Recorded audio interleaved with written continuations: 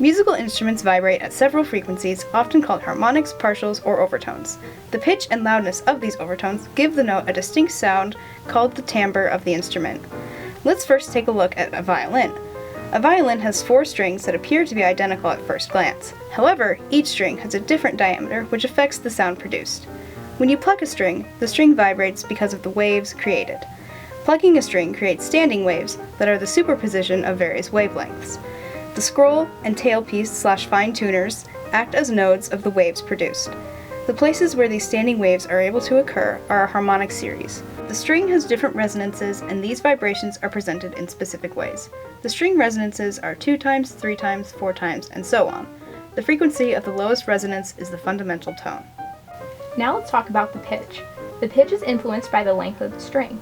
When you place your finger on the string, it shortens the playing length. A shorter playing length results in a higher pitch. This connects to the equation for finding the frequency of a string instrument, because the frequency of a wave determines its pitch.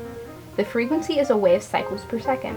If we increase the tension on a string, the string will have a higher frequency note. So we can adjust the tension on a string by adjusting the tuning pegs. You might have noticed that most string instruments aren't just plucked, they're bowed too. The bow of a string instrument consists of horsehairs attached to a stick on each end. Before playing their instrument, the musician coats the hair of the bow with rosin, a solid form of resin, to provide a controlled motion as the bow moves transversely to the string. Different types of rosin provide different amounts of static friction. In bowing, the 3 most prominent factors are bow speed, downward force, and location of the sounding point where hair crosses the string. When a string moves, the sound that we hear is a combination of many factors besides just the string movement. If the strings were to be plucked or bowed without the body of the instrument, almost no sound would be produced. That's because there are almost no air particles to act as a medium to amplify the sound. Because of this, the violin and other string instruments need pieces to help with amplification, like the bridge. Vibrations from a string are transferred through the bridge to the sound box, which is filled with air particles, which again help amplify the sound. If we looked at an electric guitar, for example, you might notice that there is no sound box present. That's because an electric guitar's amplification is created by an amplifier. A given note on a violin will have several frequencies vibrating at once. For example, when a violinist bows concert A, which has a fundamental frequency of 440 cycles per second, the sound you hear contains pure tones of frequency, not only 440 cycles per second, but also 880, 1320, 1760, and so on. This distinct combination creates the uniquely beautiful timbre, or the quality of the sound of the violin.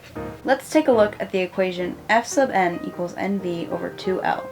Fn represents the frequency. N is our current harmonic, V is the velocity, and L is the length of the string.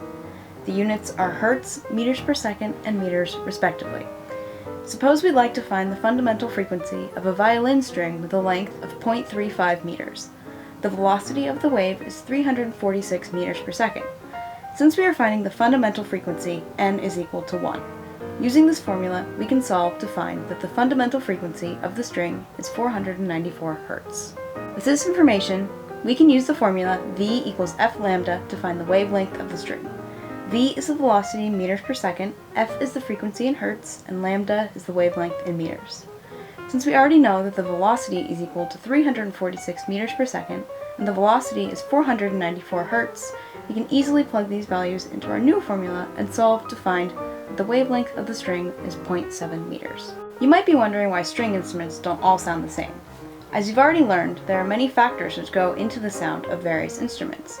The cello, for example, has 4 strings just like a violin, but these strings are not only longer than those of the violin, but thicker, which gives the cello a distinctly deeper sound.